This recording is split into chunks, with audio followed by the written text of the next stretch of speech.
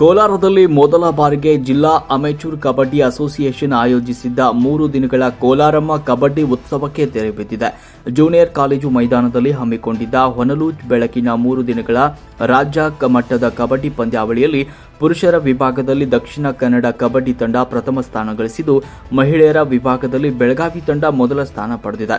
ಒಟ್ಟು 50ಕ್ಕೂ ಹೆಚ್ಚು ತಂಡಗಳು ಕೋಲಾರಮ್ಮ ಕಬಡ್ಡಿ ಉತ್ಸವದಲ್ಲಿ ಭಾಗಿಯಾಗಿದ್ದು, ಮೊದಲ ಸ್ಥಾನ ಪಡೆದ ಪುರುಷ ಹಾಗೂ ಮಹಿಳಾ ತಂಡಕ್ಕೆ 50,000 ರೂಪಾಯಿ ನಗದು ಬಹುಮಾನದ ಜೊತೆಗೆ ಎರಡೂ ತಂಡಕ್ಕೂ ತಲಾ ಒಂದೊಂದು ಟಗರು ನೀಡಿ ಅಭಿನಂದಿಸಿ ಟ್ರೋಫಿ ವಿತರಣೆ ಮಾಡಲಾಯಿತು. ಕಾರ್ಯಕ್ರಮದಲ್ಲಿ ಬೆಂಗಳೂರು ಪೂರ್ವ ವಿಭಾಗದ ಡಿಸಿ ಮಪಿ ದೇವರಾಜ್ ಹಾಗೂ ರಾಷ್ಟ್ರ ಮಟ್ಟದ ಕಬಡ್ಡಿ ಆಟಗಾರ ಬಿಸಿ ಸುರೇಶ್ ಸೇರಿದಂತೆ ಕೋಲಾರ ಜಿಲ್ಲೆಯ ಜನಪ್ರತಿನಿಧಿಗಳು ಹಾಗೂ ವಿವಿಧ ಸಂಘಟನೆಗಳ ಮುಖಂಡರು ನೂರಾರು ಜನರು ಭಾಗಿಯಾಗಿದ್ದರು.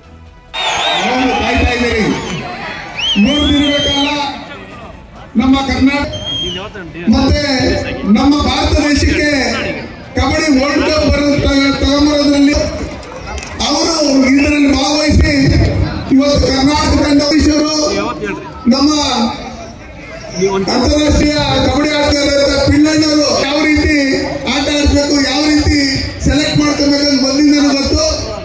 ಅದರಿಂದ ದ್ವಿತೀಯ ಸೆಮಿಫೈನಲ್ ಪಂದ್ಯ ಉತ್ತರ ಕನ್ನಡ ಮುರುಡೇಶ್ವರ ವಿರುದ್ಧ ದಕ್ಷಿಣ ಕನ್ನಡ ಒಳ್ಳೆಯ ಫೈನಲ್ಗೆ ಲಭ್ಯವಿದೆ. ಆಟಗಾರರು ನಿಜವಾದ ಆಟಕ್ಕೆ ಈಗಾಗಲೇ ಮಂಜು ಆವರಿಸಲು ಒಂದು ಸ್ವಲ್ಪ ಆಟಗಾರರಿಗೆ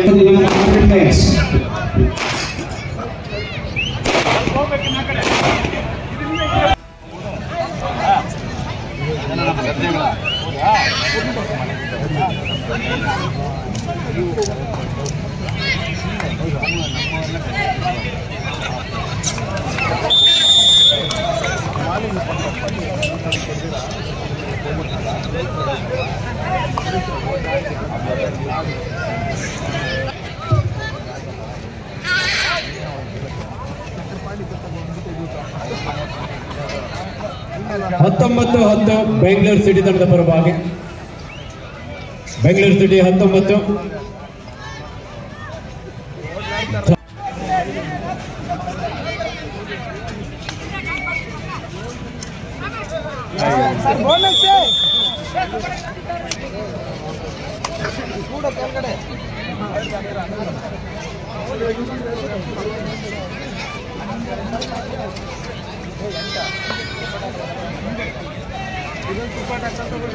ಮತ್ತೆ ಸೂಪರ್ ಟ್ಯಾಕಲ್ ಆಗಿದೆ ಬೆಂಗಳೂರು ಸಿಟಿ ತಂಡದ ಪ್ರಭುರವರು ಹಾಗೆ ಶ್ರೀನಿವಾಸ್ ರವರು, ನಮ್ಮೆಲ್ಲ ಮಾಲೂರಿನ ಅನೇಕ ಕಬಡ್ಡಿ ಆಟಗಾರರು, ಕಬಡ್ಡಿ ಶ್ರೀ ಓಂ ಶಕ್ತಿ ಚಲಪತಿರವರು, ಯುವ ಮುಖಂಡರು ಇದೊಂದು ಕಾರ್ಯಕ್ರಮಕ್ಕೆ ಆಗಮಿಸಿ ಆಟಗಾರರಿಗೆ ಶುಭ ಹಾರೈಸಿದವರು. ಹಾಗೆ ನಮ್ಮ ಕರ್ನಾಟಕ ರಾಜ್ಯ ಅಮೆಚೂರ್ ಕಬಡ್ಡಿ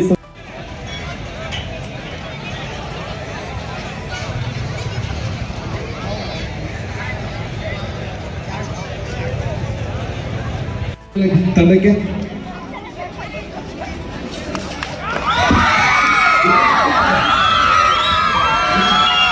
ಎಲ್ಲ ತಂಡ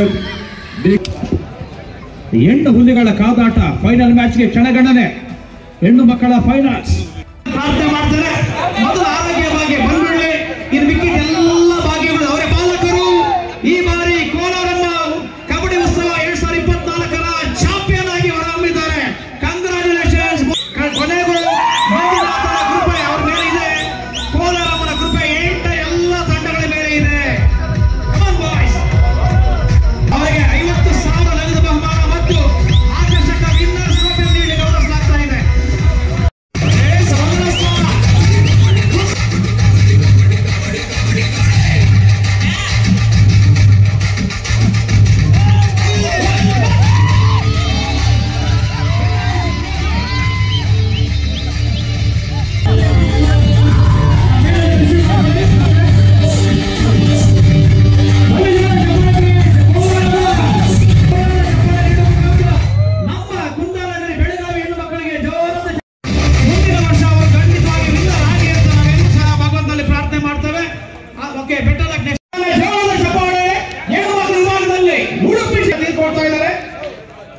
ಉಡುಪಿ ಜಿಲ್ಲಾ ಅಸೋಸಿಯೇಷನ್ ಪರವಾಗಿ ಅವರ ಅಧ್ಯಕ್ಷರ ಸೇರಿ ನಿಂತುಕೊಳ್ತಾ ಇದೆ. ಸಭಾಂಗಣವಾಗಿ 4th place goes to Udupi girls team.